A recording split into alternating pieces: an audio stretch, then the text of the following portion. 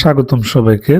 School কলেজের December 2025 মাসের এমপিওইএফটি বিল submit অপশনে কিন্তু যুক্ত হয়েছে।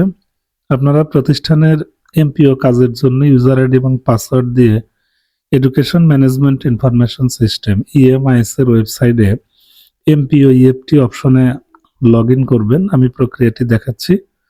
আমরা ইএমআইএস এ প্রবেশ করার পর এই যে প্রথম থেকে চতুর্থ নাম্বার যে অপশন এমপিওইএফটি, আমরা এইখানে ক্লিক করে দেব। এই কাজটি আসলে প্রতি মাসে আমরা করে থাকি, যার জন্য বিস্তারিত আসলে বলার কিছু নেই।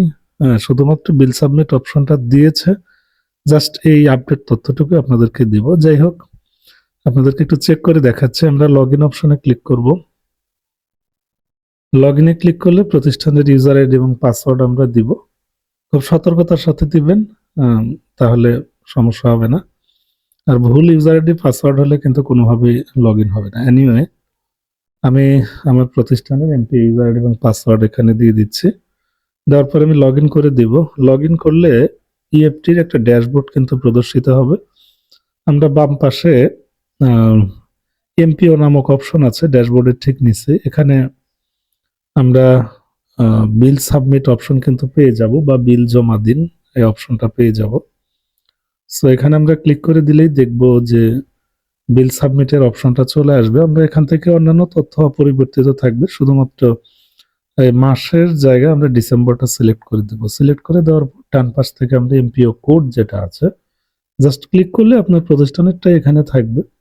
সিলেক্ট করলে নিচে সকলের বা সকল জনবলের তালিকা এখানে পাবেন। সুতরাং যখন তালিকাগুলো আসবে এবং দেখবেন যে 0 সাবমিট লেখা আসবে, তার মানে বিল সাবমিট অপশনটা কিন্তু এসেছে। এখানে সকলের তথ্য দেখতে পাবেন। চোখের আইকনে ক্লিক করে একজনের তথ্য এর আগে আপনারা যেভাবে সাবমিট করেছেন ঠিক একইভাবে সকলের তথ্যগুলো সাবমিট করবেন। ড্রাফট অবস্থায় থাকবে, তারপর সকলের তথ্য সাবমিট করে ডাউনলোড করে ফেলবেন। মোটামুটি এটাই হচ্ছে প্রসেস। তো সাথে থাকবেন, আমরা পরবর্তী আপডেট